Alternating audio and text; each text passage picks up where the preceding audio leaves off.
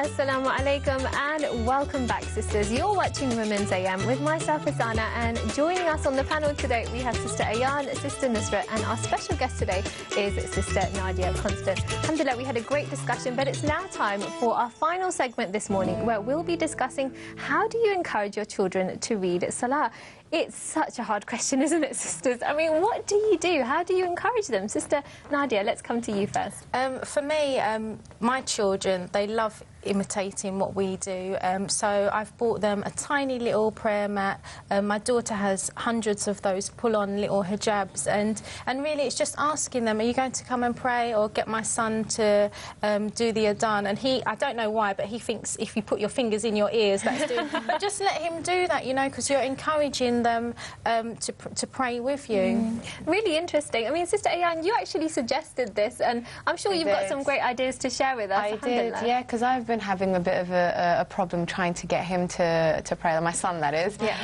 And and then I thought, you know, we tend to go through these little things where we give like little rewards and a sticker chart and all that sort of thing. You know, when it comes to other things that you want your kids to do, I thought, well, why not do that with Salah as well? You know, get a little sticker chart and say, okay, today you prayed Dhuhr, mashallah, well done. Here's a sticker, you put it on the Dhuhr part of your chart, and, you know, make it like a really like a wonderful inclusive thing. So you lead me today, and make dua together and say like, you know, this is a way for us to get to Jannah together, and be really encouraging and be really gentle about it. I think we tend to kind of fixate on like, I want them to pray, you know, sort of thing, and then just take it slowly. I mean, it's something that we tend to think about from quite young. I mean, my little one's only 3 months, but I'm already thinking way ahead. Hang on, how am I going to get her to pray, inshallah? And I was reading online, and some great ideas out there. I think parents are becoming quite creative about this. I read that one sister, she actually painted a tree on the wall, and what she did was every time it was Salah time, she got a sticker, and if they read it on time, it was a green leaf that they pasted on the wall.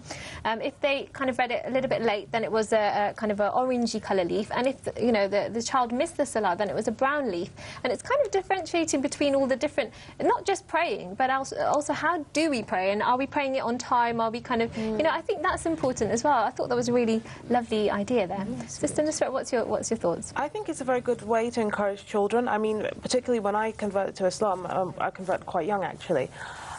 What helped was praying with my dad. It really did help, that kind of inclusive feeling where you see him praying and then you try to rush and pray as well.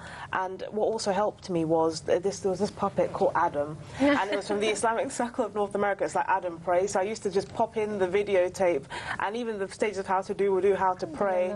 It just made it in a very fun, interactive way where it made you so engaged that you just want to do what Adam's doing. So it really did help me. That's a really nice idea. I might be looking up this puppet that you mentioned. But I think we can't underestimate the value of dua as well in these kind of circumstances, isn't it? And there are, you know, plenty of duas in the Quran about this. There's one in Surah Ibrahim where, you know, we can say, oh my Lord, make me one who establishes regular prayer and also raise such among my offspring. And just kind of including that as part of our daily duas, that's something that we definitely can do from now, isn't it, Sister Nadia? Yeah, just having like, you know, aims, things that you want to remember for the day. So that dua is something that you can remember for the day. And also, you know, if your children hear you saying this dua out loud, they'll know that you're making dua for them. So they'll think, oh, I want to live up to this, that my mum, my parents are asking for this for me. So let's try and live up to it.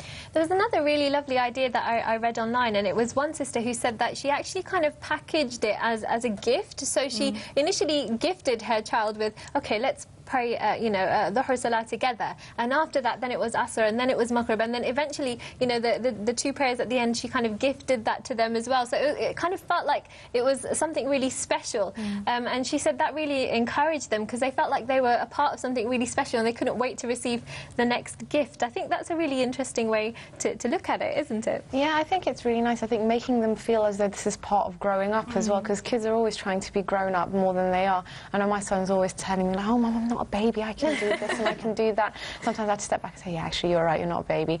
And just make them feel this is part of growing up, like this is the next step. So I tell him now, you're almost 7 now, mashallah, you know, you've got to start, you know, practicing your salah and everything, because come when you're 10, you know, you're a big boy, then you have to know how to pray. So, like, this is your moment, this is your training time. I think those stages is important to kind of think about as well, isn't it? Because when they're younger, you kind of have a different approach to, say, when they're teenagers, perhaps, and it's kind of a different way of dealing with the situation. situation. Sister Nusrat, what's your thoughts? I mean, it can be quite tricky, isn't it, to kind of think about, well, how am I going to deal with this situation when they're 4 and 5, and how am I going to deal with it when they're 13 and 14?